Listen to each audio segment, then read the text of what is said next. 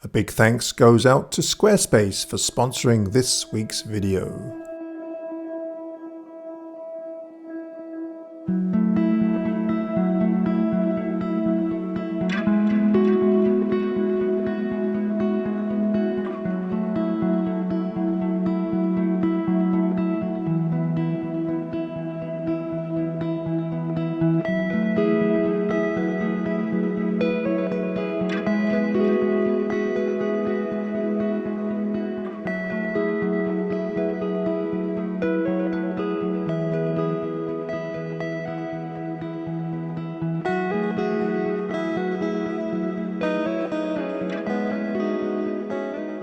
Well, hello everyone. Thank you ever so much for joining me for this week's video. I really appreciate it.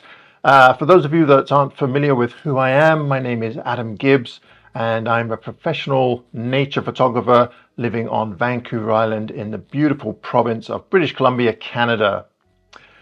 In my last video, I discussed aspect ratios and how the shape of your frame can really impact the way we perceive a photograph. But once you've chosen the frame, there's something probably even more important, and that is what goes where. So today I want to dive into the idea of visual weight and balance, why some parts of a frame feel heavier than others, how to arrange elements so that your image feels intentional, and what to avoid when things just feel a little bit off. So let's get right into it.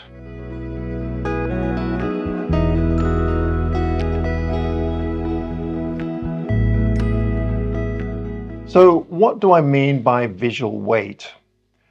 In photography, some parts of an image naturally attract more attention than others, and that could be because of brightness, contrast, sharpness, color, texture, size, or even position within the frame.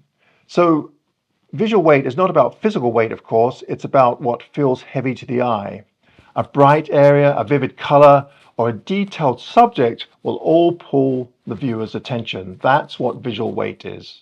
Okay, now I've chosen this first example for a very specific reason, and that's because it utilizes not only really good balance within a composition, but it also kind of portrays of why I think aspect ratios are important. If you haven't seen my last video on aspect ratios, I highly recommend that you go and watch that, because in this case, choosing a square format really helps with the balance of the scene. You'll notice that the upper right corner is quite heavy, so to try and balance that out, what I've included is the landmass or the trees in the very background there. Now there is a bit lighter, but I think it helps balance that out, as well as the conifer on the left has those branches facing out to the left, so that also helps balance out this scene. Now if we look at the raw file, to my eye, I instantly go to that really heavy dark spot in the upper right corner. So I really wanted to eliminate that tree, but I couldn't eliminate the whole thing. So I decided to cut it off where the actual trunk of the tree kind of ends. And then that way I'm just including the very top of that conifer and then the landmass in the background. Now this next example is a much older image of mine. This was taken with a 4x5 film camera many years ago, but I've always really liked the photograph and I like the subject matter. This is a kind of a raw scan or a drum scan of that transparency, and of course over the years we've come out with Photoshop and Lightroom and all these other wonderful programs, so now I'm able to manipulate the photograph a little bit more to really bring it to life. So what I've done in the final image here is I've brightened it up considerably, and I've also used dodging and burning to highlight some of the more interesting parts, but also to try and balance out the photograph. You'll notice that the foreground is quite bright. That trunk that's lying on the ground kind of draws you in, but it draws you in over to the left side of the frame. Now that's great and all, but I didn't really want the viewer just to stay on the left side of the frame. So what I've done is I've used quite a bit of dodging and burning on the trunks on the right side to try and draw you back in. And to my eye, this is a really well balanced photograph.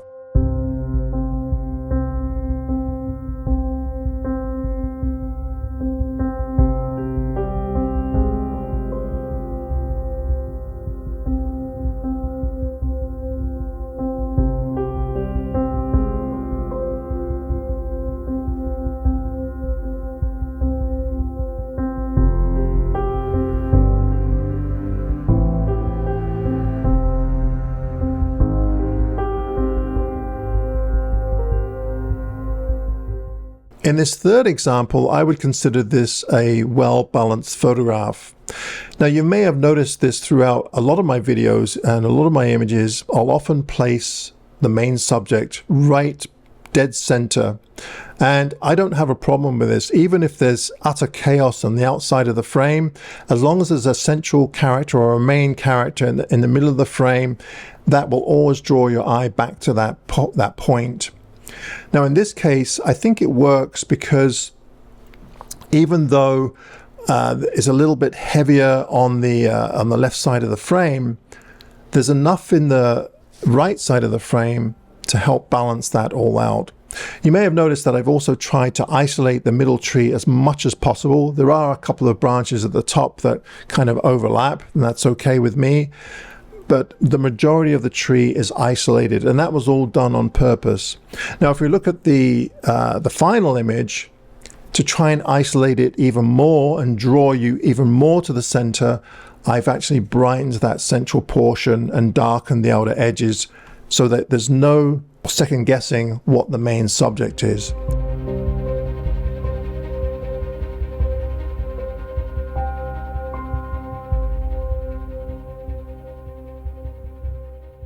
Think of your frame like a scale. If all the visual weight is on one side, the image obviously feels lopsided. Now, that can work if it's done intentionally, but more often than not, it just feels unbalanced. So good composition is about creating tension and flow without letting the image tip over.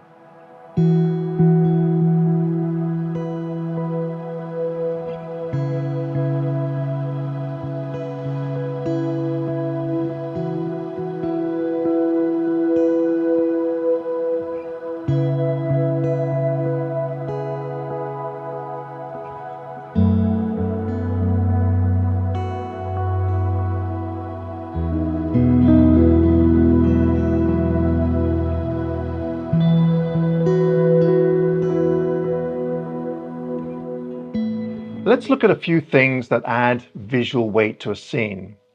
First on the list is brightness, and I've often mentioned this in many of my videos. The eye will often go to the lightest part of the image. Then there's contrast. Hard edges or sudden tonal changes draw attention. Color. Warm colors like reds and oranges feel heavier than cool ones. Detail. Areas of texture and fine detail tend to pull focus. And then there's size. Bigger elements carry more weight, but smaller elements placed strategically can still draw the eye. And lastly, position. Objects near the edge often feel heavier than those in the center. So here are a few photographs to illustrate some of the examples that I've just talked about. In this first photograph, you'll notice that the sticks lying on the ground on the right side of the frame are quite small, but because of their color, they really add visual weight. They're quite warm in color, but then we have everything else in green moss, which tends to be a kind of a cooler color. Originally, I wanted to just take them out, but if I'd done that, then it would have left an imprint in the moss, so I decided to include them, and I think it works quite well. In the second photograph here, we have a very heavy foreground, has a lot of visual weight. I've done that by using a wide angle lens, getting in really close, but we also have that sea stack in the background that has the light on it. So that really pulls you in as well. So we have the visual weight in the foreground, but then that's balanced out by the bright sea stack in the background. And then lastly, we have this pano of this wonderful scene on the west coast of Vancouver Island.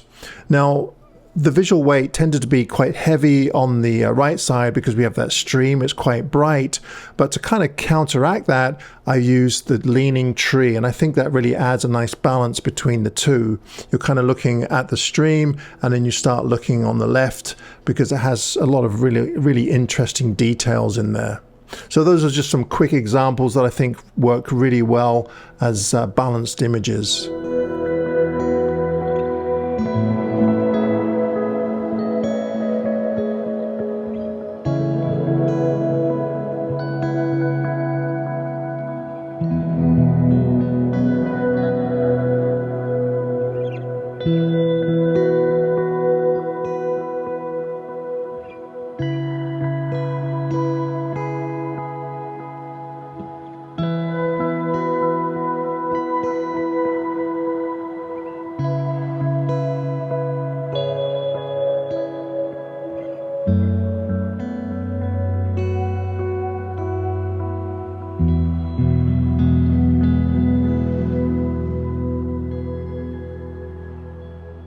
Thank you once again to Squarespace for sponsoring this week's video. Are you ready to take your online presence to the next level? Meet Design Intelligence by Squarespace, a fusion of world-class design and AI technology that unlocks your creative potential like never before. Build a stunning, personalized website that's as unique as you are and stands out from the crowd. With Squarespace Payments, managing transactions is easier than ever. Get started in just a few clicks and let your customers pay their way, whether it's Apple Pay, Afterpay, or more. Need to invoice clients? Squarespace has you covered. Simplify your workflow and focus on growing your business. If you're interested in building an awesome website, why not head on over to squarespace.com and give it a try. And if you like what you find, use the code AdamGibbs for 10% off your first purchase. Now, this is where composition gets to be a lot of fun, because balance doesn't necessarily mean everything has to be equal. I mean, you can feature a single subject on one side and balance it with perhaps negative space, or a lighter element, or even just implied weight, such as a shadow or even a reflection. So balance is more about feel and using your intuition, and it's definitely not about using a specific formula.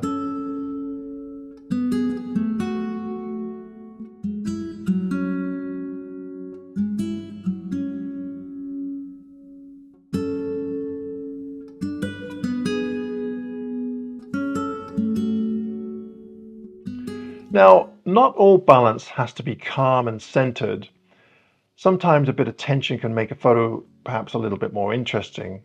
Now, that's called dynamic balance, where the scene feels just slightly off center, but in a way that creates energy. You can think of it like perhaps, I don't know, a dancer leaning just far enough without falling.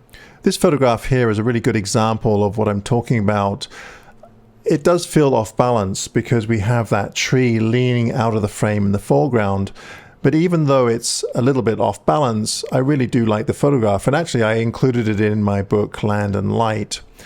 I think why it works for me is because it just makes me feel a little bit uneasy. And it would have been very easy to just concentrate on the central portion there and make a very balanced image. But I wanted to try and do something a little bit out of the box. And that's why I included that leaning tree in the foreground. One of the things that I did do to try and subdue it a little bit was to try and burn in the snow just ever so slightly so that it was a little bit darker than the rest of the snow surrounding it. But it does create tension in the photograph. In this next example, this photograph doesn't really work for me.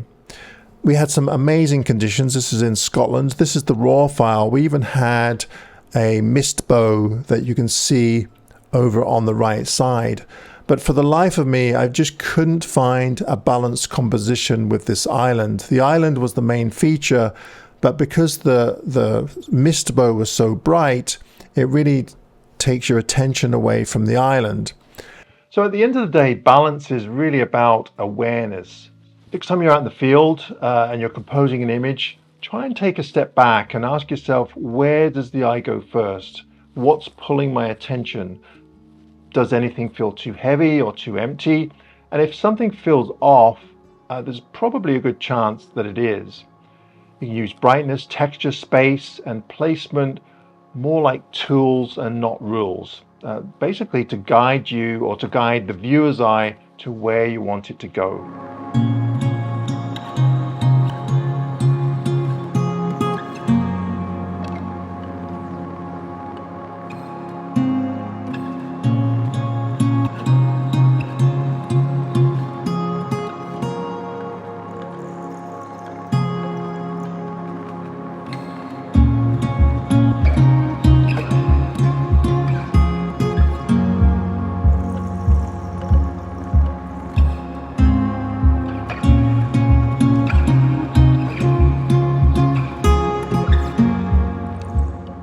Now, this is another older image of mine, and this would be an image that I would consider not to be well balanced. And the reason why I say that is because all of the interest is at the top of the photograph, especially on the right side, but there's a lot of blank space in the bottom that doesn't necessarily have to be there. Now, this image might work well in, say, an article in a magazine where you have a lot of text and you want to overlay that text in that blank section, but overall it's just not well balanced. In this second photograph, I think most of you would agree that it's a much better rendition. It's the same location, same subject, but I've defined what it is I'm trying to say, and I've zoomed in on the areas that are important to me. Not only that, but I think the photograph has much better balance. I think that the trees in the upper right, they balance out with the trees in the bottom left, and then the blank space in the bottom right also balances out with the peak that's just left of center. So overall, I really like this image, and I think it balances out really well. Let me know what you guys think in the comments down below, because I'm really interested to hear your thoughts. If you missed my last video on aspect ratios, I highly recommend that you go and view it. I'll leave a link in the corner here, because it's a great companion to this one. It's all about how the shape of your frame sets the stage. And now that you're thinking about balance, you'll start noticing these things every time you lift up your camera. Thank you ever so much, everybody, for watching. I really appreciate it. If you enjoyed the video, please be sure to give us a thumbs up. That really helps. Subscribe if you haven't done so already. And also, if you'd like to support my channel in other ways, please be sure to head on over to my website, where I have a number of items for sale, including my book, Land and Light, where you'll find many of the examples that I've shown in the last few videos in that book. It's a great way to support my channel. All right, guys. Thank you ever so much, and until next time, bye-bye.